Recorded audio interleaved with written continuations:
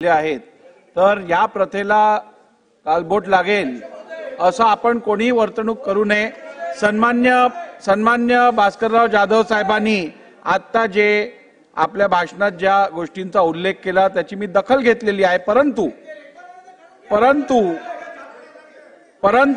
मला पूर्ण बोलू दे, मला संपू दे। परंतु माझ्या अपेक्षा या भास्करराव जाधव साहेबांकडनं या फार वेगळ्या आणि मोठ्या आहेत। या सभागृहाचे ते ज्येष्ठ सदस्य आहेत, एका राजकीय पक्षाचे ज्येष्ठ नेते आहेत।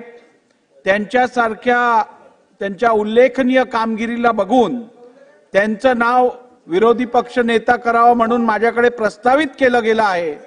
त्यामुळे अशा व्यक्तीकडनं सभागृहात ज्या वेळेला कामकाजात किंवा विधिमंडळात होणाऱ्या एखाद्या बाबीबद्दल आक्षेपार्ह काही असेल तर सरासर आपल्याकडे अशी परंपरा प्रथा आहे की संबंधित सदस्य सभागृहात नव्हे तर आपल्या अध्यक्षांच्या दालनात येतो, अध्यक्षांना त्याबद्दल अवगत करतो। ही आपल्याकडे प्रथा आहे आणि आपल्याकडनं या प्रथेचं पालन व्हावं अशी माझी प्रामाणिक इच्छा आहे। अध्यक्ष महोदय, सुरुवातीलाच मी आपल्याला पुन्हा एकदा निदर्शन आणून देऊ इच्छितो। मी आपल्यावर कुठलाही जर आरोप केला असेल तर तुम्ही तपासण्याच्या ऐवजी मी सांगतो माझं विधान कामकाजातून काढून टाका। पहिली गोष्ट, मी काय म्हणालो ते सन्मान्य अजितदादांनी सुद्धा पूर्ण ऐकून घेतलं नाही।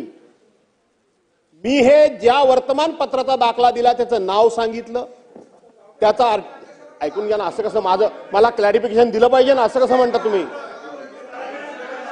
आणि म्हणून मी दिलं आणि म्हणून मी उपाध्यक्षांना हे सांगितलं। चला आता त्यांना अभिनंदनावर बोलू दे। काय बोला अध्यक्ष महोदय, एक मिनिट।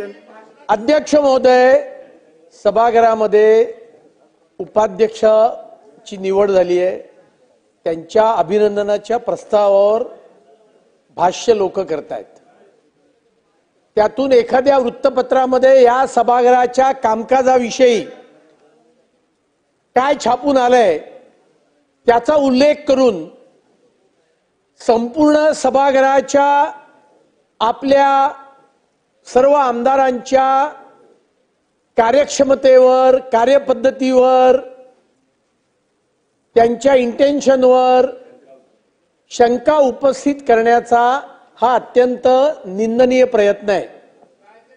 अध्यक्ष महोदय,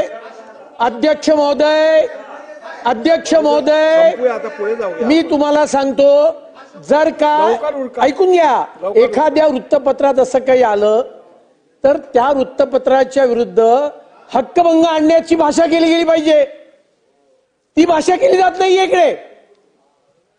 आम्ही स्वतः आमदार म्हणून आपल्याकडे 10 वेळा येतो की आमच्या लक्षवेधी लावा, आपण त्या लक्षवेधी लावतात। सर्व आमदार येतात, मंत्री येतात, उत्तरे दिली जातात, या ठिकाणी कर्मचारी काम करतात।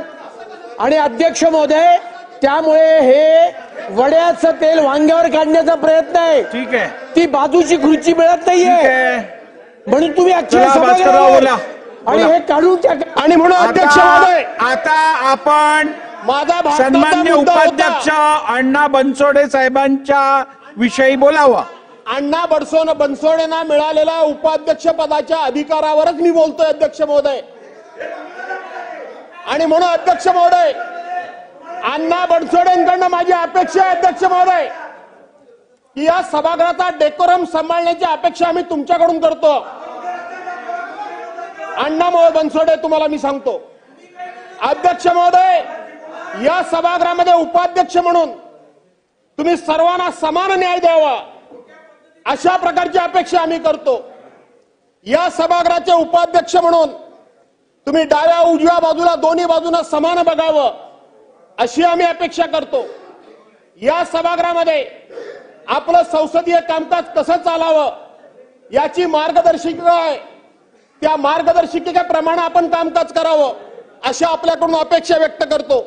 हे करत असताना अध्यक्ष महोदय, ज्या ज्या वेळेला तुम्हाला बसण्याची संधी देतील, किंबहुना अध्यक्ष महोदयांना मी विनंती करतो अध्यक्ष महोदय की मागच्या वेळेला या ठिकाणी सन्माननीय उपाध्यक्ष म्हणून नरहरी झिरवळ साहेब बसलेले असायचे, परंतु जास्तीत जास्त संधी ही तालिका सभापतींना कळत नकळतपणे दिली गेली असेल. मला असं वाटतं यावेळेला आपण नसाल आणि त्यावेळेला उपाध्यक्षांना सुद्धा आपण जास्तीत जास्त संधी द्यावी. अध्यक्षांनी घेतलेल्या निर्णयांवरती सभागृहात चर्चा करणं किती योग्य आहे हे मला वाटतं मी भास्कररावांना समजवायची गरज नाही. बरं, त्यामुळे मी जे निर्णय घेतले असतील किंवा चेअरवरनं जे निर्णय घेतले असतील त्या संदर्भात आपण या सभागृहात भाष्य करणं हे मला वाटत नाही योग्य. आपण देऊ नये. अध्यक्ष महोदय, आपलं अभिनंदन मी एवढ्या करता करतो की मागच्या वेळेला सरकारनं विजय औटींच्या वेळेला जवळजवळ 4 वर्ष आणि 8-9 महिने ही खुर्ची रिकामी ठेवली. आपण ही खुर्ची लवकर भरली, त्याबद्दल मी आपल्याला धन्यवाद देतो, आपलं अभिनंदन करतो. आणि म्हणून अध्यक्ष महोदय, अण्णा बनसोडे आणि मी आमदार म्हणून एकत्र काम केलेलं आहे, राजकीय दृष्ट्या सुद्धा आम्ही एकत्र काम केलेलं आहे. आणि म्हणून अण्णा बनसोडेंची कारकीर्द उज्ज्वल व्हावी, अतिशय यशस्वी व्हावी अशा प्रकारच्या शुभेच्छा देतो. आणि पलीकडून राजकीय टिप्पाटिप्पणी झाली म्हणून मला थोडी संधी द्या म्हणून आपल्याला सांगितलं, आपण तीही दिलीत उदार अंतःकरणानं, त्याबद्दल आपलेही धन्यवाद या ठिकाणी व्यक्त करून या ठिकाणी अण्णा बनसोडेंचं पुन्हा एकदा शुभेच्छा देतो. आणि सभागृहातली सहनशीलता किती संपलेली आहे, विरोधी पक्षाचा विचार ऐकून घेण्याची सुद्धा क्षमता यांच्यामध्ये नाही, याचं प्रदर्शन संपूर्ण महाराष्ट्राला आपण घडवून दिलं, त्याबद्दल आपल्या सर्वांना धन्यवाद देतो आणि आपल्या सर्वांची रजा घेतो. जय हिंद, जय महाराष्ट्र.